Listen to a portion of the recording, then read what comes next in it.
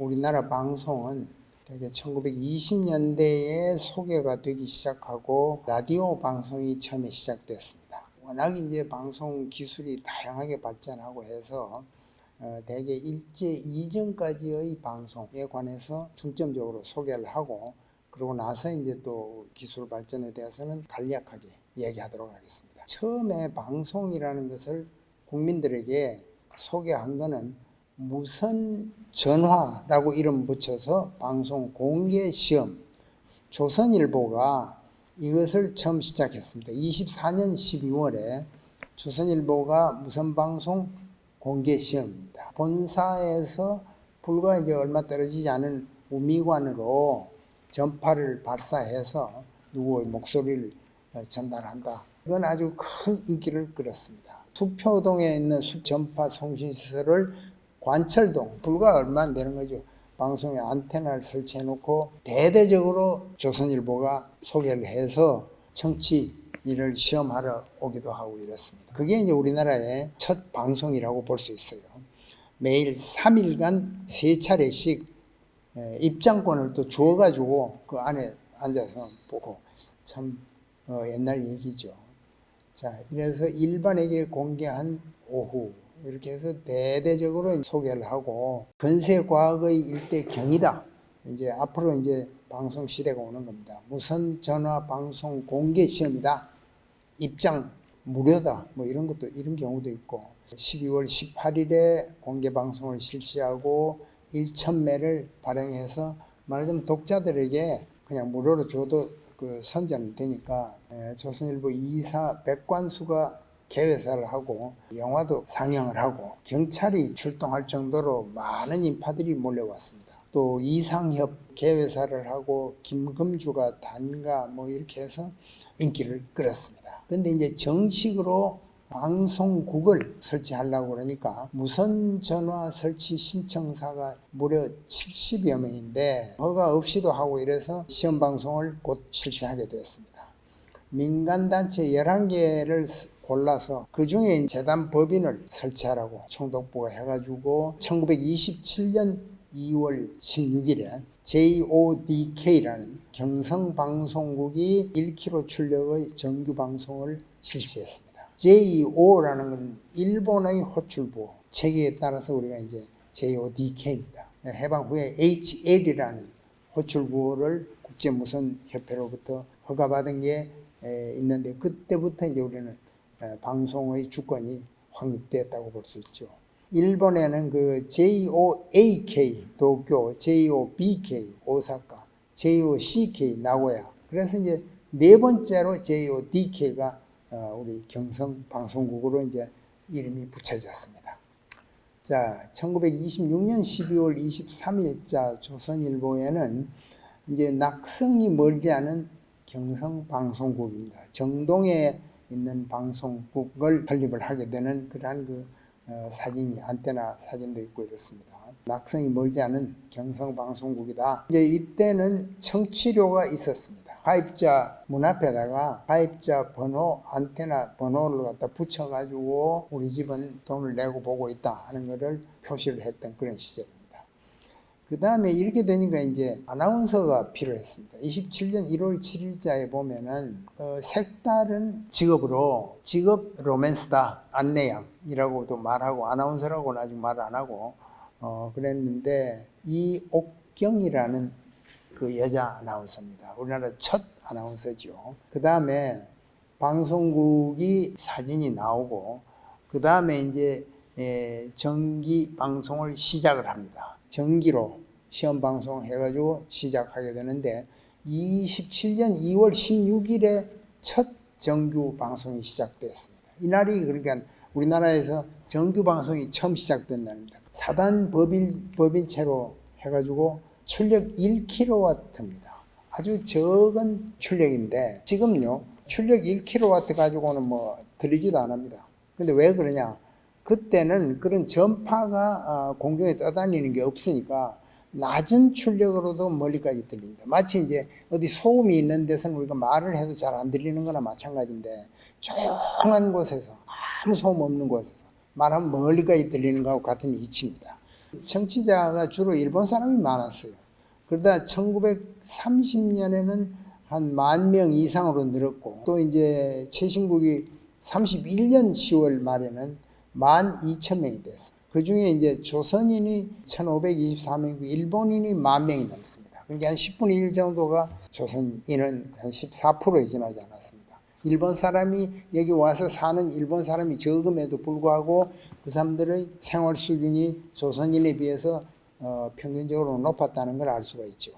1931년은 만주 사변이 일어나고 37년에 중일 전쟁이 일어나고 이렇게 되니까 뉴스에 대한 그 갈증, 수요가 높아지면서 수신기 보급이 점차 증가했습니다. 요새 이제 우리가 TV를 보면은 수신기가 등록이 되듯이 라디오도 그때는 그렇게 했어요.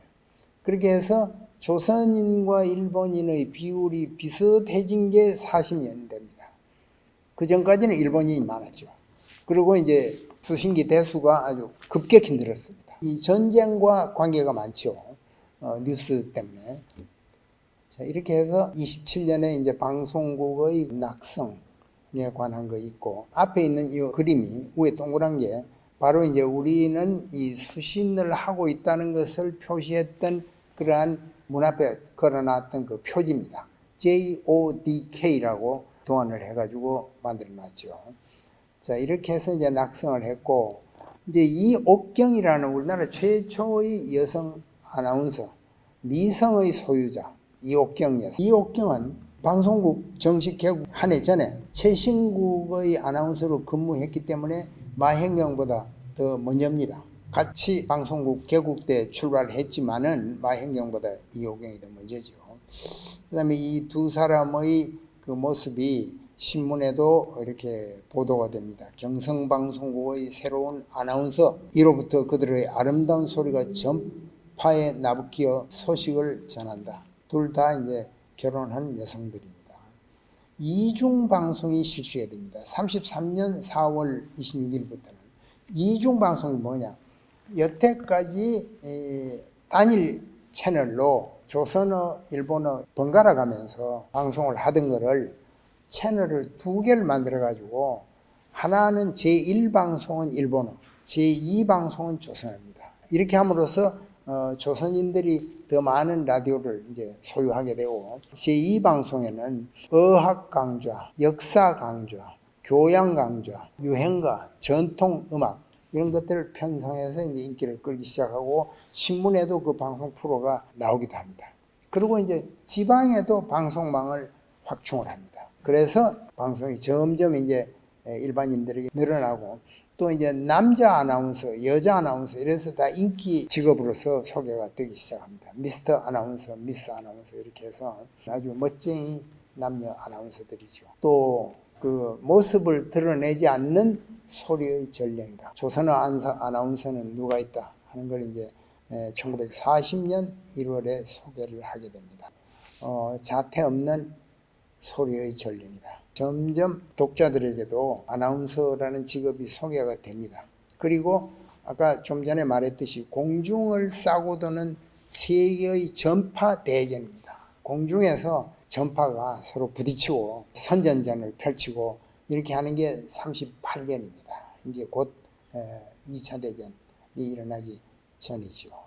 그 다음에 우리가 해방되고 나서 1947년 9월 3일에 국제무선통신협회가 한국의 호출 부호를 HL을 활동했어요.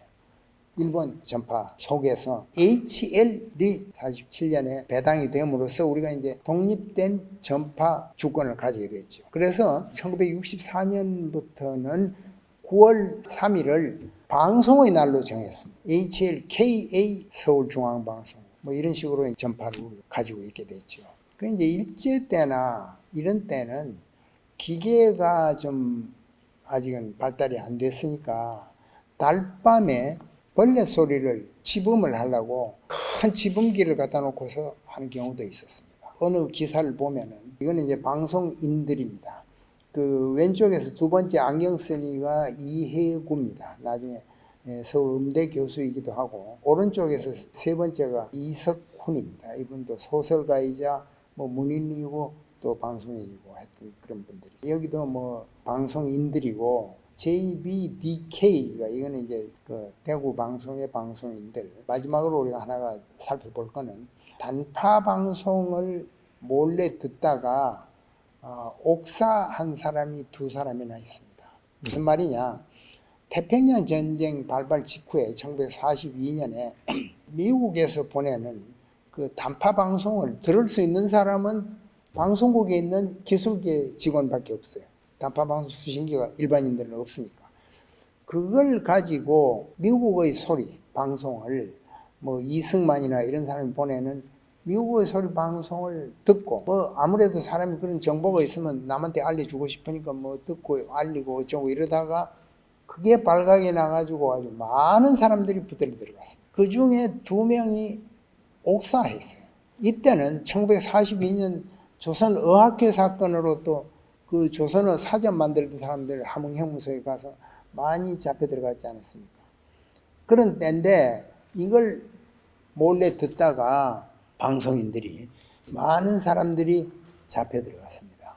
광복으로 출감되기까지 조선어 연구하던 사람들도 이런 고초를 겪는 때인데 그 중에 문석준이라는 사람은 이 방송인은 아닙니다. 아니고 오히려 조선일보에 그 좀 근무를 했던 그런 분인데 이 사람도 어디 말을 퍼뜨리다가 잡혀 들어가가지고 결국은 형무소에서 거의 죽게 되니까 그건 옥사죠. 말하자면 문석준입니다. 홍익범이라는 사람은 미국 유학을 하고 와서 동아일보 기자를 하다가 다니면서 또 이걸 어디서 듣고는 그 퍼뜨렸는데 결국 잡혀 들어가지고 또 이 사람도 죽었어요. 이래서 방송국 근무하던 직원들이 미국의 소리, 중경의 임시정부 단파 방송 이걸 듣다가 단파 수신기로 들은 말을 전파하다가 많은 사람들이 잡혀 들어가고 한 150명 가까운 사람이 잡혀 들어가가지고 큰 순환을 겪게 됩니다. 조선인들을 잡아다가 고문했던 경기도 형사가 사이가 시지로라는 사람, 자기가 쓴 그 글자인데 해방 직후에 사이고 시지로가 누구한테 암살당해버렸어요. 그래서 이게 경성일보에 일본말로 나온 기사고 그 사람은 일본에 돌아가지 않고 있다가 그냥 죽어버렸어요. 그 다음에 홍익범은 나중에 이제 우리 정부에서 훈장을 수여했죠. 예, 국가보훈처에서 건국훈장, 애국장을 추서했습니다. 그 다음에 우리 이제 광복 후에는 국영방송 단일체제로 출발해가지고 기독교 방송이 54년에 나오고 이렇게 해서 부산 문화방송이 생기고 부산에서 출발한 상업방송이 서울로 올라와서 MBC 라디오가 되고 또 동양방송이 개국을 하고 이런 식으로 민간방송이 생기다가 드디어 이제 TV가 1961년 12월 31일에 개국을 합니다. 컬러 TV 방송. 그리고 이제 방송에 막강한 영향력이 생기면서 신문보다 속보성에서 앞서기 시작합니다. 후반에는 이제 뭐 여러 가지 그 위성 방송이라든지 이런 게 생겨가지고 방송의 영향력, 전파력, 국제화, 또 케이블 TV, 그 다음에 이제 지금은 종편 이런 게 2011년에 생겨서 지금은 우리가 방송의 영향력이 막강한 시대가 됐다 이렇게 얘기하겠습니다.